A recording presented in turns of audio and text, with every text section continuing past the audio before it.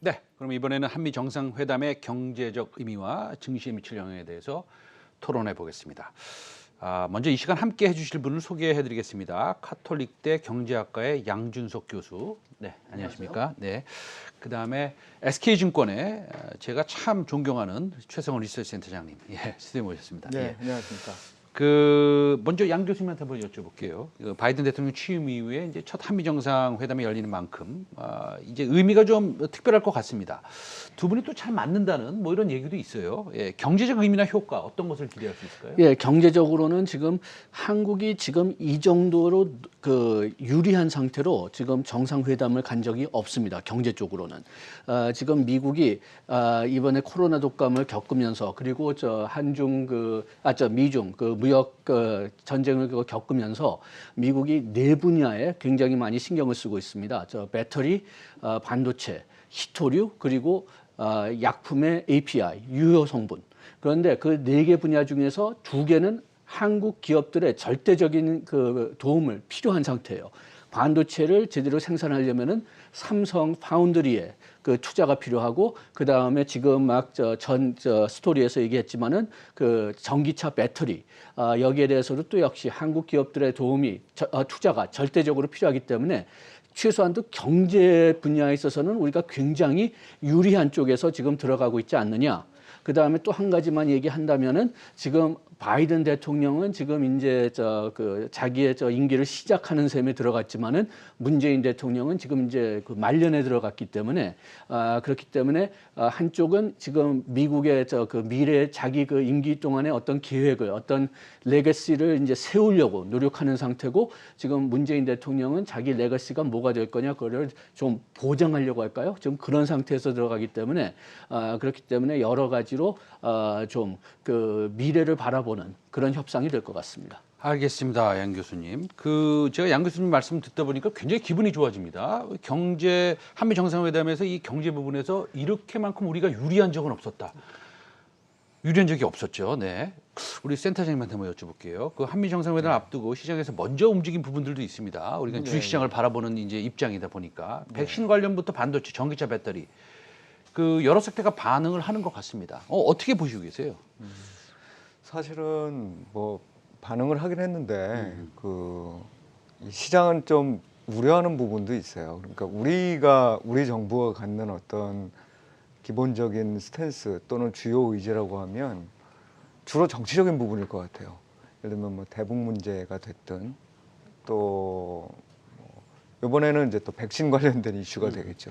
근데 미국은 사실 거의 원하는 것 대부분이 제가 보기에는 경제적인 분야거든요. 그러니까 그 얘기인즉슨 우리가 받아낼 것은 정치적인로 원하는 부분, 또 줘야 될 거는 경제적인 부분이니까 이 경제적인 부분이 이게 플러스가 될 수도 있고 마이너스가 될 수 있는 부분이 있다는 거죠. 그래서 뭐 정말 좋기만 했다면 기업들이 알아서 먼저 미국 가서 다 이 공장 짓고 했지 않았겠습니까? 근데 이제 그런 부분들이 어찌 보면은 조금 요구에 의해서 드는 부분도 있기 때문에 이제 해법을 잘 찾아야 되는 이런 우리 숙제가 기업과 정부한테 참 놓여 있는 좀 중요한 그런 정상회담이라고 생각이 듭니다. 제가 귀가 얇아서 그런지 또 우리 센터장님 말씀을 듣다 보니까 또 그런 것 같기도 합니다. 양 교수님한테 한번 여쭤보겠는데 지금 센터장님께서 그러셨지 않습니까? 뭐 기업이 좋았으면 먼저 가서 다 투자하지 않았겠느냐 뭐 이런 얘기를 하는데 타이밍을 조금 조정했을 수는 있겠어요 보니까. 근데 어쨌든 간에 지난해부터 코로나로 인해서 투자는 어려웠습니다. 그렇죠? 뭐 함부로 뭐 공장을 짓기도 어려웠고요. 근데 기업들에게는 또 뭐 위험 요소도 있겠죠. 항상 위험과 기회가 공존하는 거니까. 근데 뭐 어떻게 보십니까? 예, 지금 하도 미국에서 많이 밀기 때문에 아마 기업들이 자기네들 예상했던 것보다는 자기네들 기획했던 것보다는 더 많은 투자를 할 가능성은 충분히 있을 것 같습니다만 그래도 삼성도 원래는 오스틴에 공장을 확장시키려고 했던 걸로 제가 알고 있습니다.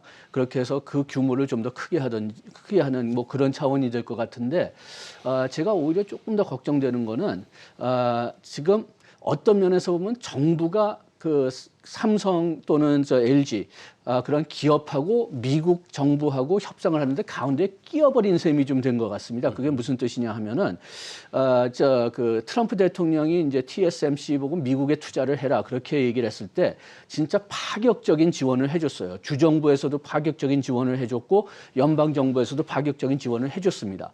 그런데 지금 여기서는 정부가 가운데 끼어 있어가지고선 지금 최 센터장님이 말씀하신 것처럼 뭐 북한 문제, 백신 문제 이런 것들도 같이 딜을 해야 되니까 같이 기브앤테이크를 해야 되니까 원래 삼성하고 삼성하고 미국 정부하고 협상을 했을 때는 진짜 좀 그래도 좀 투자의 비용을 줄일 수 있는 많은 것들을 좀 받을 수 있었는데 우리 정부가 그거를 그 기브앤테이크 하는 도중에서 오히려 그 미국 정부가 주지 않고 한국 정부가 알아서 밀겠다 그런 식으로 딜이 나올까봐 그래서 우리 삼성이나 뭐 LG 같은 데서 받을 수 있었던 것을 다 못 받을까봐 그게 좀 걱정되긴 합니다.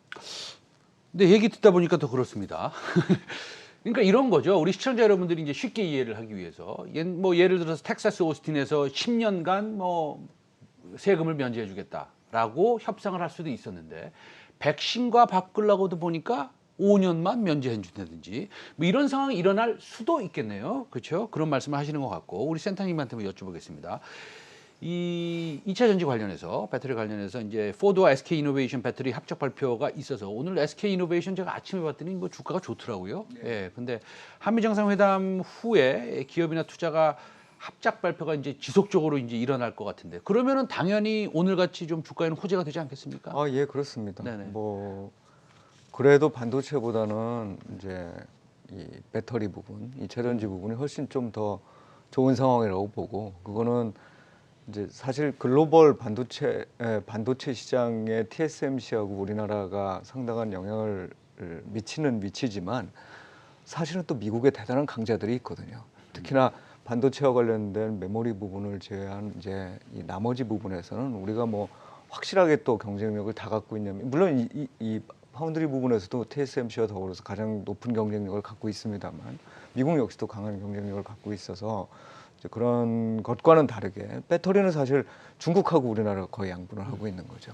그러니까 사실 이번 협상 과정에서 제가 보기엔 좀 더 얻을 수 있는 부분이라든지 아니면 조금 더 이런 새로운 수요가 창출되는 거니까 특히 이제 미국 같은 시장이 중국과 더불어서 굉장히 큰 전기차 시장이 형성될 텐데 그 시장에서 주요 플레이어들하고의 그 합작이 성공적으로 이루어질 수 있다는 건 뭐 사실은 꼭 이런 정상회담이 아니었어도 뭐 그럴 수밖에 없는 상황이었을 거다. 왜냐하면 중국 내에서는 어차피 중국이 하는 거니까. 그래서 그 것들이 좀 앞당겨지면서 주요 플레이어들한테 공급하거나 또는 같이 배터리를 만들 수 있다는 건 전반적인 수요의 창출이라는 측면에서 대단히 좋은 소식이라고 보고 배터리에 대해서는 상당히 긍정적인 뉴스라고 생각하고 있습니다. 배터리에 대해서는 좀 긍정적인 뉴스다. 근데 반도체는 조금 그렇게 아주 긍정적으로 보시는 톤은 아니세요, 우리 센터장님이. 근데 두 분께 그러면 똑같은 질문을 드리겠습니다. 이번엔 센터장님 먼저 드릴게요. 네. 그 미국에서 이제 반도체 굴기를 선언한 상황에서 한미 정상회담에서 이제 삼성만 들어와라 해가지고 뭐 또 2차 미팅도 갖고 그랬습니다. 네. 아까 이제 우리 교수님께서 말씀하셨듯이 조금 이 구조가 좀 복잡합니다. 지금 협상하는. 그러면 아주 긍정적이지는 않을 것이다라고 지금 생각이 드는데 우리 센터님 어떻게 생각하세요? 네. 그러니까 결국은 그 미국이 원하는 게 뭘까? 미국 정부가 원하는 게 뭘까를 생각해 보면 아까 이제 주로 그쪽은 오히려 우리의 그런 정치적인 부분에 대한 요구를 조금 들어주면서 경제적으로 이득을 취하려고 할 텐데 그 이득은 딱 두 가지로 나눠지죠. 하나는 중국이 이른바 굴기를 못하게 막는 겁니다. 거기에는 이 삼성전자에 대한 여러 가지 요구들이 있겠죠. 그 요구들 중에서는 삼성전자가 갖고 있는 최첨단 기술들이 중국으로 나가지 않게 하는 거니까 그건 이제 우리하고의 이해관계가 맞을 것 같은데 그 반대편에는 뭐냐면 뭐 텍사스 오스틴 공장도 마찬가지고 이번에 TSMC가 나가는 것도 마찬가지고 미국은 알고 있다는 거예요. 이제 우리한테 와야 되는 건 최첨단 공장이어야 된다고 생각이 들고 그 최첨단 공장을 짓는데 상당한 그 투자 금액이 필요하죠. 특히 TSMC는 제가 생각하기에는 약속한 만큼을 과연 지을 수 있을지도 모르겠어요. 왜냐하면 그 회사의 현금 흐름하고 실제로 짓겠다고 하는 공장의 그런 그 캐파 비용하고 네. 봤을 때. 근데 일단 약속을 해놓은 것 같아요. 그러니까 이제 결과적으로는 공장도 니들이 와서 돈을 내서 짓고 그다음에 기술이 어쨌든 한번 그렇게 해서 나가게 되면 사실 그걸 다시 뜯어다가 우리로 들어오기보다는 그쪽에서 계속 개발되고 발전될 수 있는 가능성이 높아지거든요. 이게 개별 뭐 삼성전자 입장에서 좋으냐 나쁘냐, 글쎄요. 뭐 좋은 점도 있고 나쁜 점도 있을 거로 보는데 어쨌든 코스트가 높은 지역에서 한다는 거는 약간 나쁜 거일 수도 있고, 반면에 이제 수요 쪽에 가까운 쪽에 있다는 거는 뭐 좋을 수도 있고, 그렇게 해서 중립이라고 본다면 저희가 이제 이번에 주의해야 될 거는 이 상황이, 우리는 지금 중국과도 반도체 거래가 많잖아요.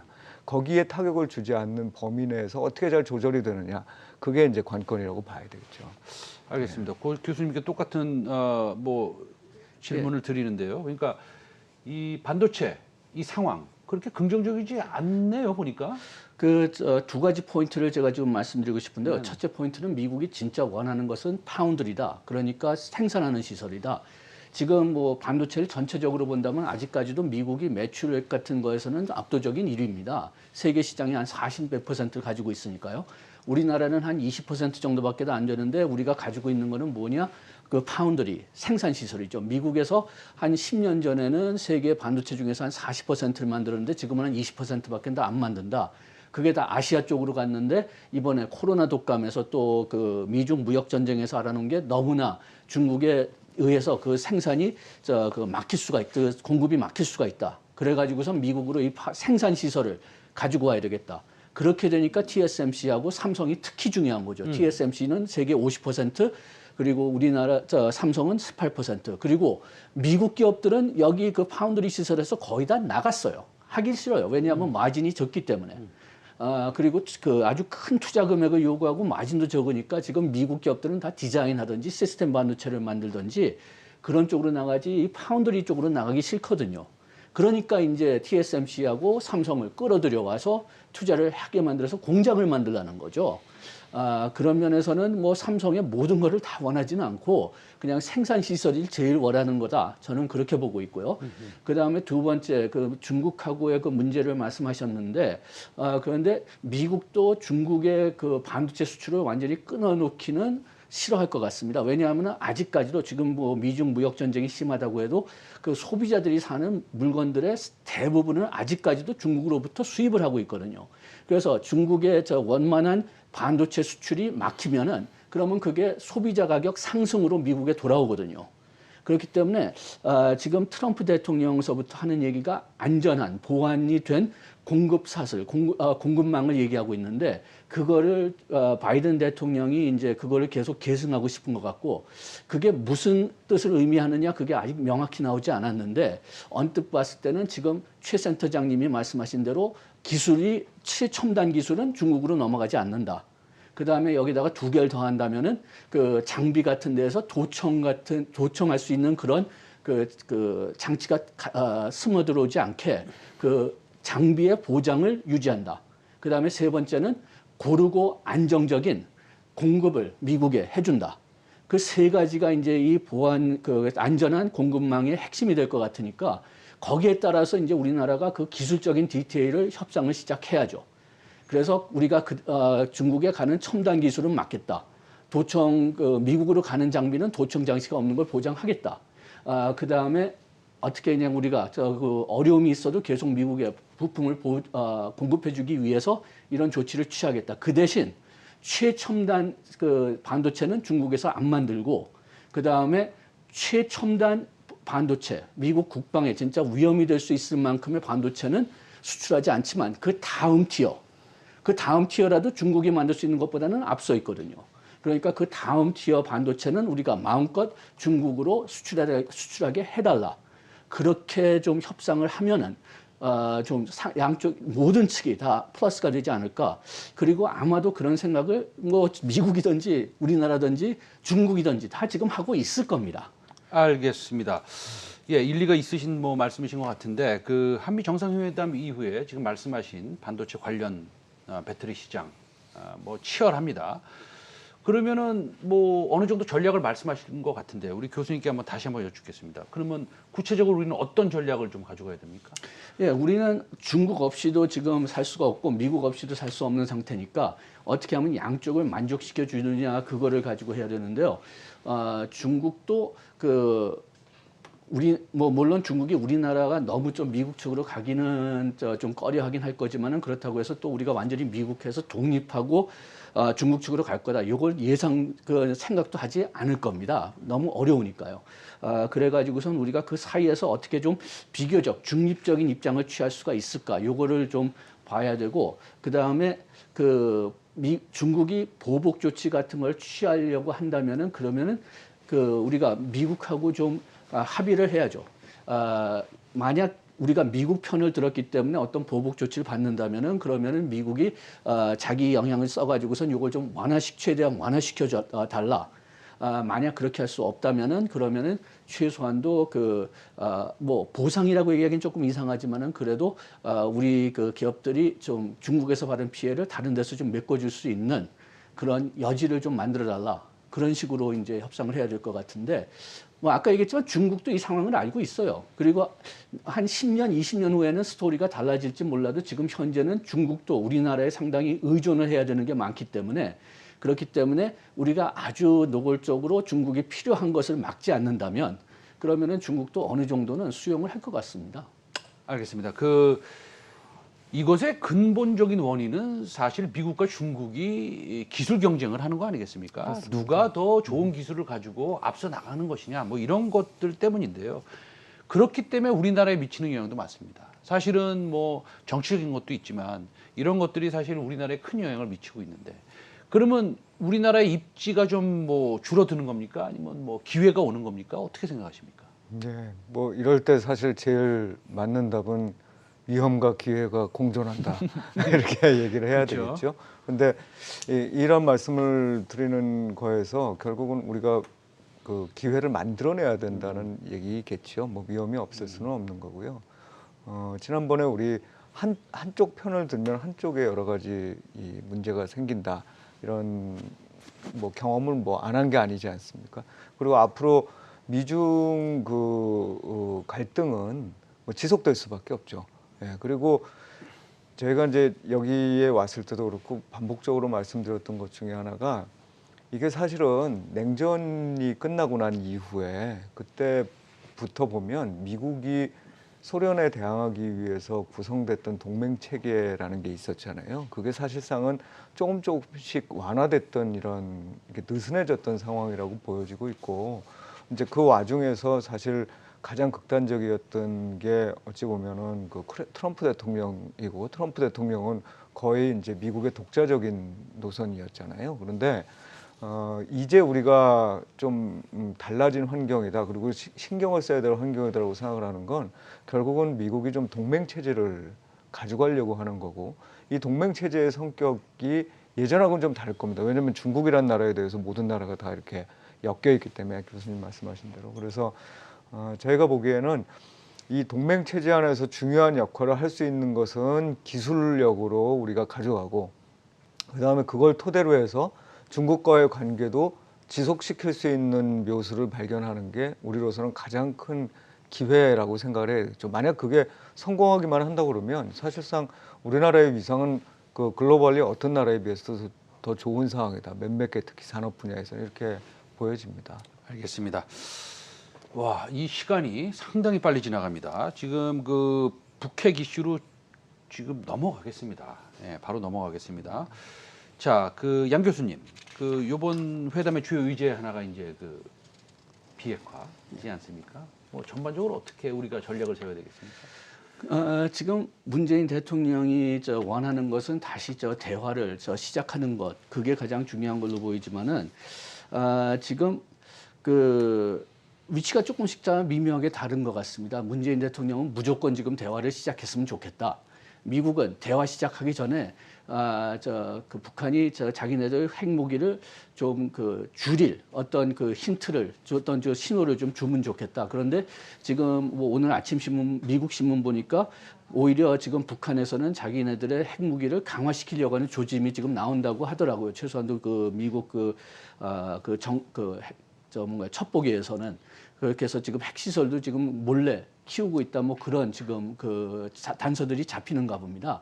그렇게 해서 지금 미국이 그렇게 대화를 먼저 시작하고 싶을지는 상당히 좀 의문적이고 지금 뭐 북한은 언제든지 무슨 생각을 하고 있는지 모르죠.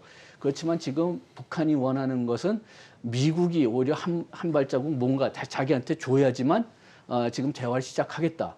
이렇게 서로 위치가 굉장히 다르니까 그러니까 실질적으로는 그냥 뭐 아주 단순한 원칙적인 이야기만 빼놓고서는 뭐가 나올 수 있을지 모르겠는데 좀 그 개인적인 생각으로는 문재인 대통령이 자기의 레거시는 북한에 대해서 어떤 뭐를 시작하는 것을 자기 레거시로 남기고 싶다. 그런 생각을 가지고 있는 것 같기 때문에 다른 거에서 굉장히 많이 좀 어떤 면에서는 너무 많이 주지 않을까 경제 측면에서 그게 우리가 자꾸만 많이 좀 걱정되는 양보를 할 수 일입니다. 있다 이런 예. 말씀이시네요. 예. 예, 그런 생각이 듭니다. 그 센터장님, 그러면 우리는 이제 주식시장 바라봐야 되는데, 예. 우리가 무슨 정치인은 아니니까요, 네. 그렇죠? 그러면은 테마가 위험하지만 그래도 그 오랫동안 지지부진했던 그 남북 경협주 조금씩 뭐 이렇게 정부시키려고 하는 것 같은데, 네. 뭐 센터장님한테 이런 말씀도 드리기도 뭐 민망하긴 합니다. 펀드멘털 보시는 분한테. 그런데 요즘에 뭐 이런 테마주, 이 인물주들도 있어요. 네네네. 오늘 아침에 보니까 그 김동연 경제부총리 관련주 코리아나 뭐 이래가지고 뭐 막 올라가고 네. 윤석열 관련주, 뭐 이재명 관련주 이렇게 올라갑니다. 예. 그런데 그러면 남북경협 관련주들은 이런 순수한 테마주입니까? 아니면 실적이 기반된 미래를 좀 바라볼 수 있는 겁니까? 어떻게 생각하세요? 어려운 질문입니까? 사실은 지금으로 보면 네. 우리 뭐 가시적인 성과를 눈앞에 두고서 얘기하는 게 아니잖아요. 네네. 그러다 보니까 이제 남북경협주의 상당 부분은 그냥 테마성인 이 경우도 많았고 이번에도 그럴 가능성이 좀 높죠. 사실 저는 이 남북 문제 또 미국과 관련된 남북 문제 특히 이렇게 보면 큰 틀은 그거 아니겠어요? 미국하고 점점 가까워질수록 북한은 점점 싫어지는 상황인 거잖아요. 그러니까 이제 결국은 지금 정상회담을 하고 여기서 뭔가 뭔가 열리고 있다는 거는 오히려 이제 북한과의 관계는 조금 더 이제 냉각될 수도 있는 가능성도 저는 봅니다. 그래서 사실 지금 현재 이제 우리가 많이 얻어낼 수 있겠다.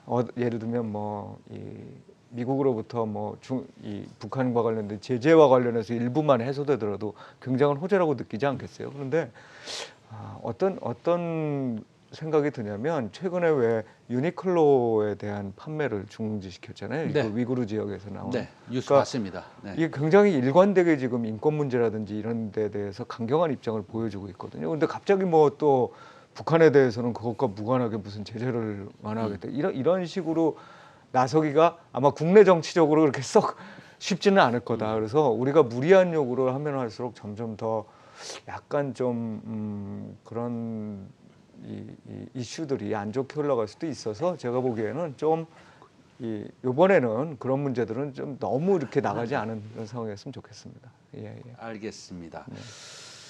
오늘 그러면 그 센터장님이 한 번 더 얘기해 주셔야 될 것 네, 같아요. 그 마지막으로 6월 전략 예. 특별히 좀 생각하신 거 있으십니까? 이제 많이 좋은 거는 우리 이번 한미 정상회담이 좀 잘 끝나서 관련된 이 산업이나 기업들이 좋은 영향을 받고 지금까지 사실 주가가 부진했던 반도체 같은 것들이 좀 확 좋아지는 계기가 되면 참 좋겠는데 그런 거에 너무 기대기는 좀 어려운 환경이라고 보고요. 단지 전체 6월 시장을 놓고 보면 저는 좀 좋은 측면도 봅니다. 왜냐하면 최근에 인플레이션 이슈가 굉장히 핫했잖아요. 그런데 연준의 정책적인 어떤 방향을 보면 굉장히 대응을 예전보다는 착 쪼개서 진행하는 것 같아요. 그래서 옛날 같으면 이렇게 계단식으로 점프를 해가면서 얘기하고 그 다음에 액션하고 이랬었는데 네. 그거를 쭉 나눠서 발언들이 아주 조금씩 이렇게 강도가 강해지는 거거든요. 이거는 아마 정책의 실패 가능성을 매우 낮춘다라고 보면 제가 보기엔 충분히 6월 시장도 월초 이후에는 좀 안정되지 않을까 이렇게 생각이 듭니다. 알겠습니다. 시간이 너무 빨리 지나가네요. 그럼 마지막 질문이고요. 간단히 좀 부탁드리겠습니다. 그 성공적인 한미 정상회담을 위해서 우리 양 교수님 마지막으로 짧게 조언 좀 부탁드리겠습니다. 예, 기업은 기업대로 그리고 그 북한은 북한 정책대로 너무 그냥 좀 믹스하지 않고 그냥 나름대로 조금 쪼개가지고선 그 추진을 해야지 너무 그냥 하나를 주고받고 한다면은 끝에 가서는 아무것도 못 받는 그냥 좀 흐지부지하게 끝나는 그런 그 회의가 될 것 같으니까 그 나눠 가지고선 전략을 짜라. 저는 좀 그렇게 좀 제안을 하고 싶습니다. 알겠습니다. 두 분 말씀 감사드리고요. 한미 정상회담의 경제적 의미와 그다음에 증시에 미칠 영향. 지금까지 카톨릭대 경제학과의 양준석 교수와 SK증권 최석원 리서치센터장과 함께했습니다. 두 분 말씀 오늘 감사드리겠습니다. 네. 고맙습니다.